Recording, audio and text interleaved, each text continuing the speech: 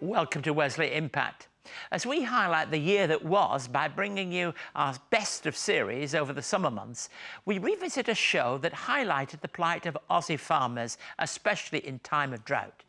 As Australia is in the middle of another hot summer, Paul Kemp is a man who continues to rally his local church and community to lend a hand to families in some of the worst affected areas in Australia's north. I hope you enjoy the show. Lovely to see you, Paul. Welcome to the show. Thank you. You're from Mergen, Queensland, and your region has received only 7 millimetres of rain, but even that is more than many people have known further inland, isn't it? That is correct, yeah. There's farmers sort of further on. They've basically had no rain for 2 years. So what is it that we're going to talk about what you do, but what is it that stirred your heart to do something? We've got a small place up in Mergen and 320 acres, and we had a contractor in cleaning out some dams, and he told me a story of a farmer at Winton who couldn't sell his cattle and shot all his cattle and then took his own life. Oh dear, dear, dear. And in that situation, when you shared that kind of story with others, what was the response? The response was that, yeah, let's do something about them, about the situation. Let's go out and, show these people some hope. So I know you're connected, very much involved at the Mergen District Baptist. It's a regional church, but it's a small church, but that's inevitable in a small area, isn't it? Yep. But was it there that the idea started to take ground? It did. We've got a small men's group, and I sort of put it to the men's group, and they said, yeah, this is 7 odd guys. And yeah, they said, let's do it. Let's get out there and show them some love. But you also had a link the other end. Yep.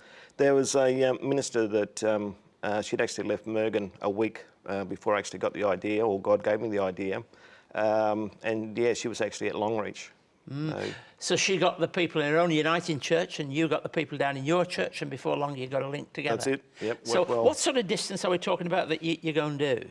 Well, the trip to Longreach was 1,174 kilometres from home. The exact number you've got. Yeah, exactly. But you've got this title, Eat Dirt Drought. How does that come about? It actually, we had a lady that was actually helping us to get things moving to start off with, and yeah, we just brainstormed it and she came up with it. And it's sort of caught on. Everybody's picked up. It is. Yep. It's. We've had phone calls from all over Australia, and donations from even Germany that's heard about us. So tell us about that first trip. That was back in February, wasn't it? We left on the 14th of February. Yeah. Valentine's Day. Well, yes. It was Valentine's Day, but it's pretty special to me because 14th of February. It's actually my wife's birthday. Yeah. And it was 5 years to the day that I gave my life to Jesus. So it's a very special time. I'm going to talk about that in a moment. But before I talk about that, you move on and you do that trip. How did people get involved? We once the media, local media at home actually got hold of it. It just it snowballed, and everyone wanted to help. So people basically give hay. Basically, yeah, they gave hay. They gave donations for hay. We took out a 4-wheel drive loaded of Anzac biscuits and fruitcakes to hand out. Everyone sort of got involved. It's hard for people to imagine sometimes what it must be like for people to have to face a drought, because it isn't just that you're not getting something from the land, but basic necessities are short, aren't they? They are. There was one lady out there, because we took care packages, and there was one lady out there that hadn't actually washed her hair with shampoo for 7 months, and that's things that we sort of take for granted. And you think, no washing. Well, I don't have the problem washing my hair, but these people, it's a big thing. And the response when you're able to hand over these goods is a real opening of the heart moment. It was like they did not actually believe, that someone that didn't know any of these people would actually do something to help them out. And yeah. Well, let's come back in a moment or two and talk a little bit more. But what I want to do first, if I can, is introduce today's performer. Matt Doland is a worship leader in Australia's east coast town of Port Macquarie. And his song really typifies, I think, Paul's testimony and life journey that we're going to talk a little more about. Here's Matt singing Stand Up.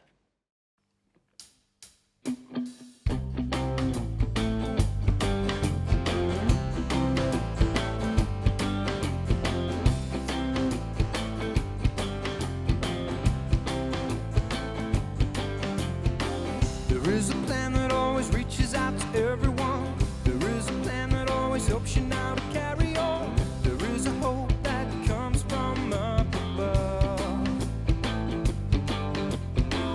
When I tried to carry everything on my own, I couldn't understand why I couldn't stand alone. Now I know my strength comes from above, yeah. Now my heart is beating for you. Something in me lets me see you. I look around, I wanna shout it out. Stand up, don't be shy now. Stand up, look around. The world is hurting, someone lend a hand. Stand up, don't be shy now. Stand up, it's time to rise. The world is hurting, someone lend a hand. Oh, oh, oh.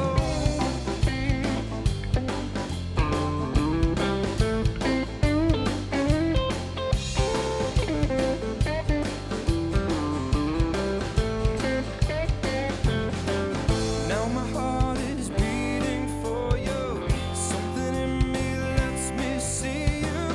I look around, I wanna shout it out. Stand up, don't be shy now. Stand up, look around. The world is hurting, someone lend a hand. Stand up, don't be shy now. Stand up, it's time to rise. The world is hurting, someone lend a hand. Stand up, don't be shy now. Stand up, look around. The world is hurting, someone lend a hand.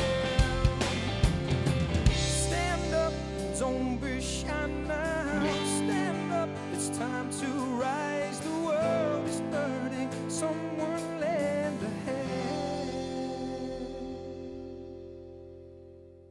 Be inspired by Keith Garner's new book, The Authentic Australian Evangelist, Alan Walker. Former Superintendent Alan Walker was once labelled the conscience of the nation, speaking out for the marginalised and the broken across social, political and international debate. Alan's life and work at Wesley Mission is also featured in an address by Keith Garner on DVD. For more information, call 1800 021 821 or visit our website wesleymission.org.au. And Matt's song was so appropriate, Standing Up to Lend a Hand. And if you'd like to know more about Matt and his music, details are going to be online all this week, as will information about this wonderful campaign, Eat Dirt Drought. We've got a campaigner, Paul, who was very much at the heart of all this. Now, Aussie farmers have characteristics, I think. There is that's the strength, the pride in what they do. There's also a privacy sometimes, you know, not the kind of people who are out there shouting about things. So what was the response to this idea that you had, the guys at the church got it? What was the response from other than just the people in the church? Yeah, it was a fantastic response. Yeah, all over Australia, it's been a fantastic response. The response to the farmers when we actually went out to Longreach, when we actually took the fodder and the stuff out there, they said, oh, you know, give some more to the neighbour. You know, he's worse off than what we are, and that's what we're sort of finding. They sort of don't want to accept everything, but they want to sort of help everyone else out. That tells you something very important too. Yeah. And you've got more trips planned? We have. We've done some local runs up around southeast Queensland. We've done some local ones up there. But we're sort of planning to go further west, and we're going to Windora and we sort of planned that end of May, hopefully. Now, I'll make sure our guys have got details about this Yep. on the website, but how can people help? We've actually got a website, Eat Dirt Drought, and yeah, if they want to have a look at that, or So just bang that in the search engine. Yep. Yeah, they'll find it. that will. And there's an access there if people wanted to give money or they wanted to There's give... an account details, and yeah. Perfect, perfect, because people will want to do that. Now, your involvement with Eat Dirt Drought really comes after you've reached in your own life a point which was a low point. Yep. 5 years ago. Tell us a little bit about that. Yes, I was suffering pretty bad with depression 5 years ago. I'd lost my mum and dad 5 weeks and 3 days apart, and yeah, I was standing on a wheelie bin with a rope around my neck. So yeah, I prayed out to God that He would look after my 2 girls, and I believe He actually spoke to me. He said, "Get off the bin. I got something bigger and better for you to do." And was it through the witness of particular people? I had a great mate that actually, yeah, he sort of stuck by me through thick and thin, and yeah. And he helped to lead you to Christ, as it were. He did, yeah. Yeah, and that became a turning point. So for you, belonging to Christ, did that open a new way of living life for you? It did, yeah, very much so. I used to worry about everything, and now, yeah, okay, I still worry, but I pass it all over to God. He's got the plans. And He's given you in this idea something that where you don't just survive in life, you actually can do things for other people. That's exactly right, yeah. What do you seek to share to other people then? Because surely when you've been through that kind of experience, when you're sharing faith, what are you able to say to them? It basically comes down to one word, that's hope. And yeah, it doesn't matter how bad things are, there's a hope in Jesus. And I think the combination of this hope, when it goes into a situation that might appear hopeless in the Queensland context and all across Australia, Yep. where people are feeling hopeless because of their economics or because of the land and what's not happening at this point in time. If you can combine that with the hope of Christ, that's an amazing thing, isn't it? It is, yeah, it truly is. And in Longreach, when you were offering out these things to people, did you find that people not only looked after each other people, but it sort of started changing them as well? It really, really did. It changes their attitude, you know, and like we had a barbecue with the farmers and their families after we unloaded the equipment, and yeah, we sat around and talked, and it was fantastic that you know, we had an opportunity to actually share Jesus with them. And probably these people are used to folks not doing things, so to do something like that. Yep. Yep. Yeah, well, they're a very, very tight community. Like, you know, farmers, they sort of stick to themselves, and they don't sort of worry too much about you know, sort of too much other than the farm. And it was good to sort of get people together, and yeah. Well, it's lovely for you, in a way, to put Murgon on the map, really, in this sense. You've really taken the story here, and you've got something that people will know the place for now. Yeah, well, it's certainly known. It's known all over Australia, and yeah, we're in known into Germany. So yeah, Look, and I also want to say, your church is not a huge church of thousands of people, is it? No, no. On a good Sunday, on a very good Sunday, we'd have 45. Yeah. Well, I think that's important to say, because I think that so often we think of the big things being done by big centres. From a small beginning there, an amazing work has gone on. So we wish you well with it, Paul, and I hope people do log on and find that they can give something to support this important work that you're doing. Thank you very much. We'll be back in just a moment. It's been 200 years since the first Methodists met in Australia. To celebrate 2 centuries of faith and pioneering care, CEO and presenter Rev Dr Keith Garner takes us back to where it all began. But we don't begin here at the heart of London. We begin in a town in the north of England. In this fascinating narrative, Reverend Garner chronicles the history of the life and times of the founder of Methodism, John Wesley. This fresh and thought-provoking documentary takes us on a journey throughout the United Kingdom, beginning in John Wesley's hometown of Epworth. John Wesley was born here on the 17th of June, 1703. This 1-hour DVD travels onto his education years and beginnings of social justice in Oxford, to his final years in London. For more information on John Wesley, the man and his mission, call 02 9263 5555 or email us at impacttv@wesleymission.org.au. The enormity of the drought currently affecting many Australians cannot be ignored any longer. Suicide is a sensitive and painful issue for those left behind, especially in very small communities where everyone knows everyone else. As Paul has shared, We all have a role to play in reaching out to neighbours who are desperate in need.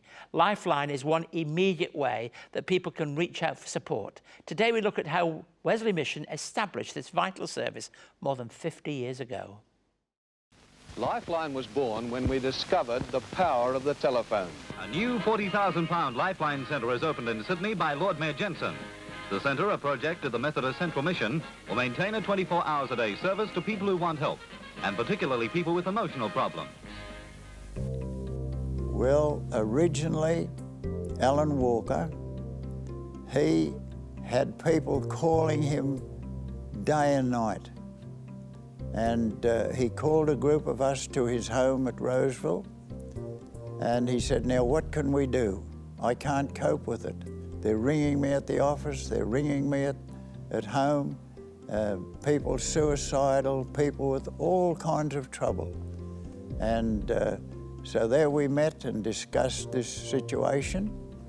We prayed, we talked, we met, I don't know how many times, until someone said, why don't we have a central spot where people could ring and we could try and help them through that, have someone on a telephone. And that's how Lifeline was born, virtually. Then after organising everything, what will we call it? Someone said Lifeline. This is a lifeline, throw out the lifeline. You know the hymn? Throw out the lifeline, yeah. Someone is thinking today. The Central Methodist Mission's Fellowship House in Sydney starts a Saturday night teenage cabaret. There's a capacity crowd of 550 teenagers, and the £65,000 community centre is really jumping. Well, actually, my wife and I were involved with teenage cabaret and all sorts of things. We said, no, we haven't got time to serve on Lifeline. But we did the training, which was very simple in those days. And Lifeline had been going 2 or 3 days, I think, when they called us and said, oh, look, we need your help. So we started then. We had a trouble team to go to these people. Counsellors couldn't send the trouble team. We had to have a referral officer. So it was referred, and then if permission was given, trouble team went to them. Lifeline is an idea that has gone international. Without intention or planning, it seems, spreading out on the Sydney pattern, centres have established themselves across Australia and round the world. Alan wrote a book, How Jesus Helped People, and that was our basic training. And that's how we started. We were rather naive, but I believe we helped many, many people. And that was all that built Lifeline into what it is today.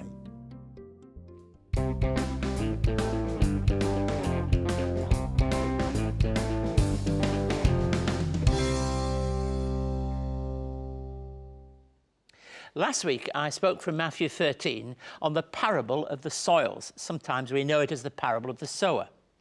I continue in the same chapter, a marvellous chapter of parables, and pick up something of the same theme, but with a different application. So I'm going to read to you verses 24 to 30 in this wonderful chapter of parables. Jesus told them another parable. The kingdom of heaven is like a man who sowed good seed in his field. But while everyone was sleeping, his enemy came and sowed weeds among the wheat and went away. When the weeds sprouted and formed heads, then other weeds also appeared. The owner's servants came to him and said, "Sir, didn't you sow good seed in your field? Where then did the weeds come from?" "An enemy did this," he replied. The servants asked him, "Do you want us to go and pull them up?" "No," he answered, "because while you're pulling up the weeds, you may uproot the wheat with them. Let both grow together until the harvest. At that time, I'll tell the harvesters, first collect the weeds and then bundle them to be burned, then gather in the wheat and bring them into the barn." Now there's a theme, familiar, but a different angle. If last week we talked about the mystery of germination and growth, this week I'm talking about the mystery of weeds, and these all have a gospel application. Now I want to make a confession. I'm no gardener. I've never been one and have no aspiration to take up the task.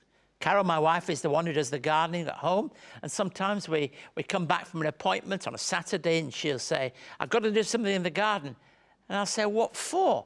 Because to my amateur eyes, the garden looks fine, it looks okay, but she knows different. And I wonder what the origin and purpose of weeds are. Sometimes you say, whatever is that for? But they clearly have a link to evil in some way in the teaching of Jesus, in a way that help us to understand that gardens are teachers of great truths. One or two thoughts come to my mind. In life, we've got to know the difference between a weed and a useful plant. Now, apply that, obviously, outside the garden into wider things, the things that are good and the things that are bad. And you don't have to cultivate weeds. They grow in a manner that I'm sure we might call at least prolific. So it is with bad things in our lives. You don't really have to harvest them by doing things to make them grow, because they naturally grow. There's a danger in pulling weeds, and this can lead us to accidentally uproot good plants. That's why the teaching of Jesus says, no, we let them grow together and then we sort them out later. However, to fail to weed in the end has one obvious result: a messy garden. So in our lives, in the world around us, there are times in which we have to be about the task of weeding. We have to sort out, we have to sift, we have to pull those things that are useless, unhelpful, and damaging to our lives.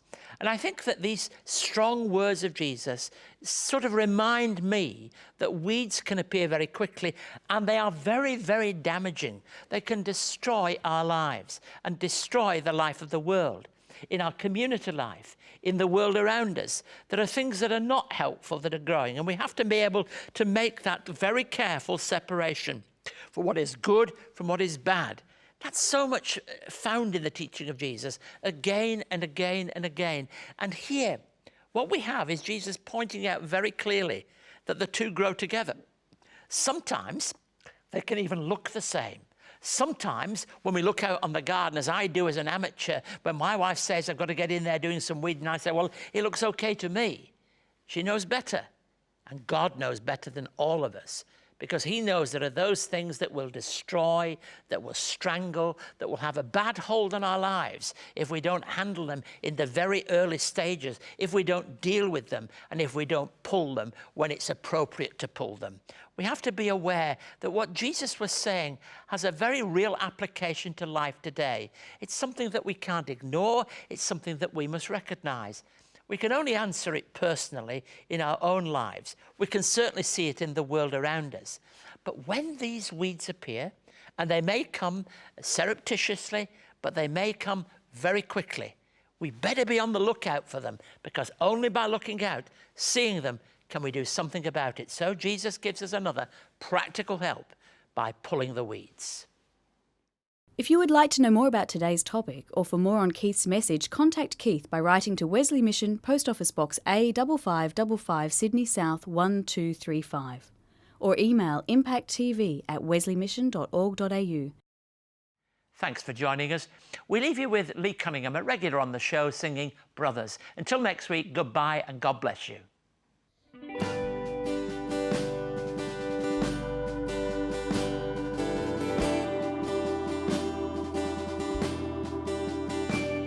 In a world where everything fades and nothing remains,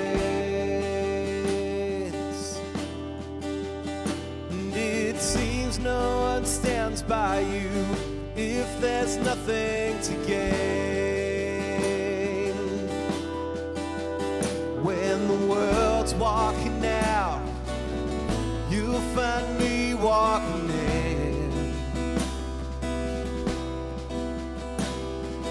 Nothing to say, it's the way that it's always been.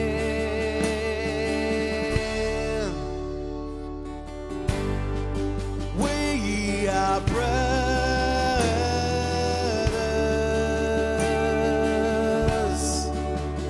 Through the rain and the fire, we will fight for each other. My friend, we've seen seasons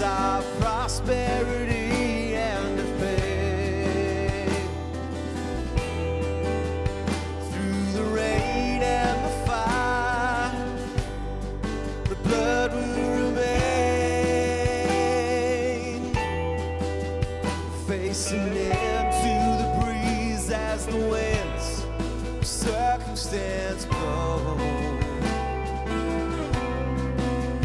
We'll hold strong to the ones in our lives that we truly know.